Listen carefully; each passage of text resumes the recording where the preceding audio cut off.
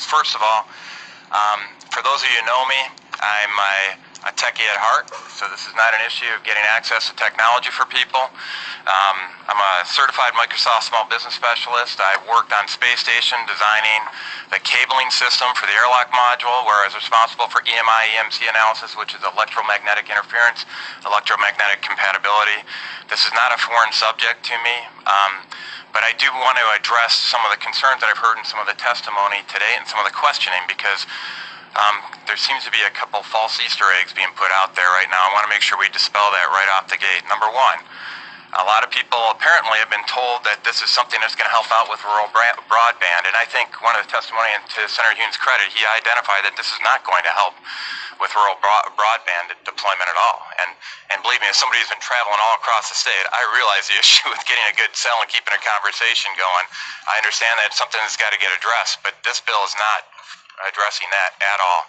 Second thing that I want to point out, and it was a carefully worded statement in the legislation that deals with people that are concerned about denial permit requests, right? So it's always pushed back to the definition of an acceptable level of radiation, and that's what this is, by the way. This is about radiation. This is not, and people need to understand that. What they will do on that denial of permit request, they'll point back to an FCC acceptable threshold for radiation levels. Everybody in this room needs to understand the FCC is staffed by former members of the telecommunications industry. They are effectively indemnified against adverse health impact lawsuits when the acceptable limits are higher than the limits actually shown to show harmful health effects. And I just want to dwell a little bit on some of those harmful health effects, if I could. Number one, we need to understand that we're all concerned about environmental impacts around PFAS and around lead in the water, all that kind of stuff. The health impacts associated with wireless radiation, when you actually read the laundry list of adverse health impacts, are much more significant than even PFAS and what you see with lead in the water system. We're talking about carcinogenic effects due to tumors. We're talking about issues with DNA replication, which can lead to adverse issues in regard that part of the mechanism for leading to the carcinogenic effects, but also dealing with things, there's been ties to autism and other impacts as well on it, that I just encourage people to take a look at. This is, and that's why everybody's groaning, because when we're talking about 3-year-olds dealing with this, because the studies have also shown that the people most susceptible to these adverse health impacts are the youngest among us, because their blood-brain barrier has not been fully developed. That's why people are concerned about that. I know there's a convenience issue. I'm addicted to this stuff myself, right? This is an issue where I love the convenience of having wireless access. But I also know that in Article 4, Section 51 of our Michigan Constitution, our primary concern is supposed to be the health of our citizens. That is supposed to be the primary concern. And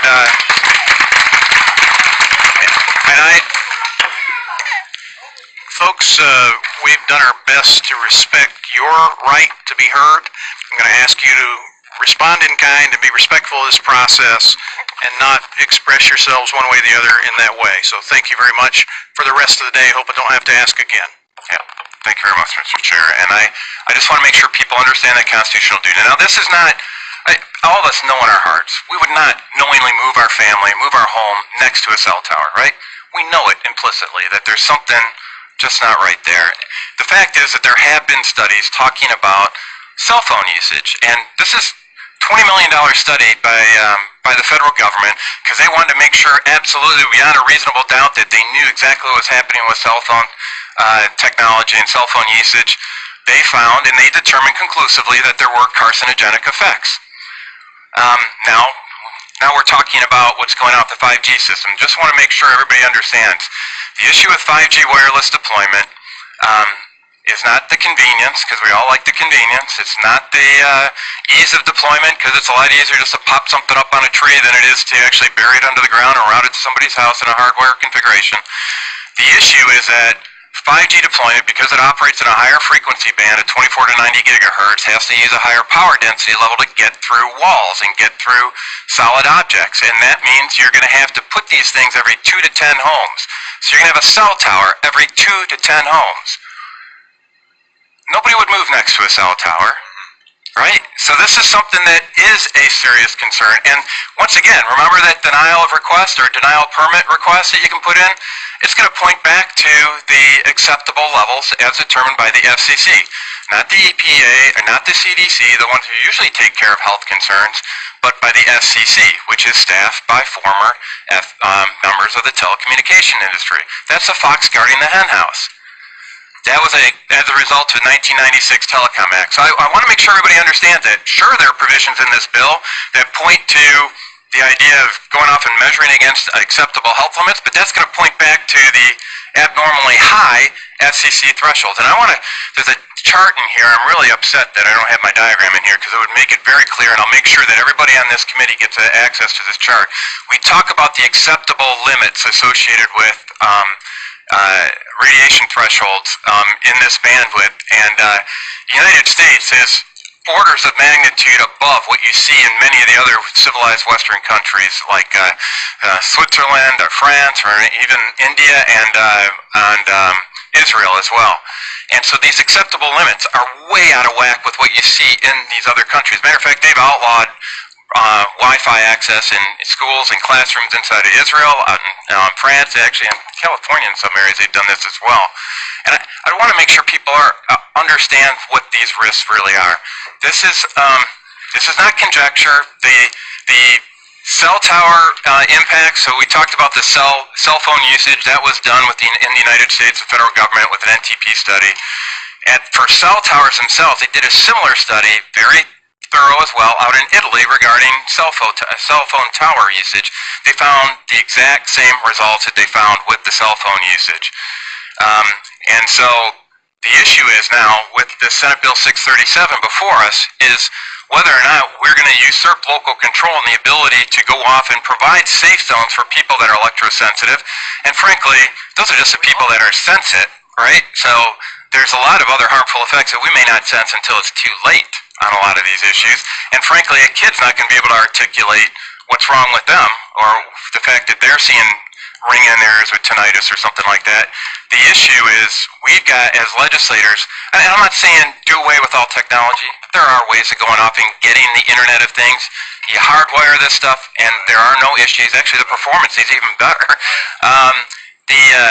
So as we go forward, I just want to make sure that we provide at the onset right now, as all this stuff comes through and we're starting to learn more and more about the harmful effects of this radiation, we need to make sure that we protect the fundamental right for people to be safe, like we're talking about in Article 4, Section 51.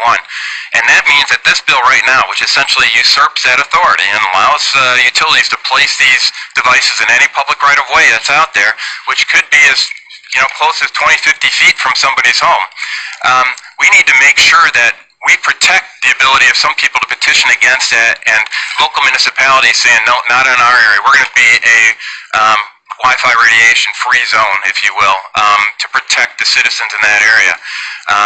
As we go forward, want to make sure that everybody gets communicated on what are these adverse health impacts, and we can do even more studies specific to the frequencies that are found in the 5G range here. But I want to make sure we understand the fact is that science has been settled on this. There are carcinogenic effects associated with cell phone towers and with cell phone usage. Matter of fact, if you actually read the fine print on every cell phone that you actually get, they actually talk about this. How many people here actually read that? That's the same thing with the fine print on this bill. I encourage everybody to oppose this legislation and just really try to honor our Article 4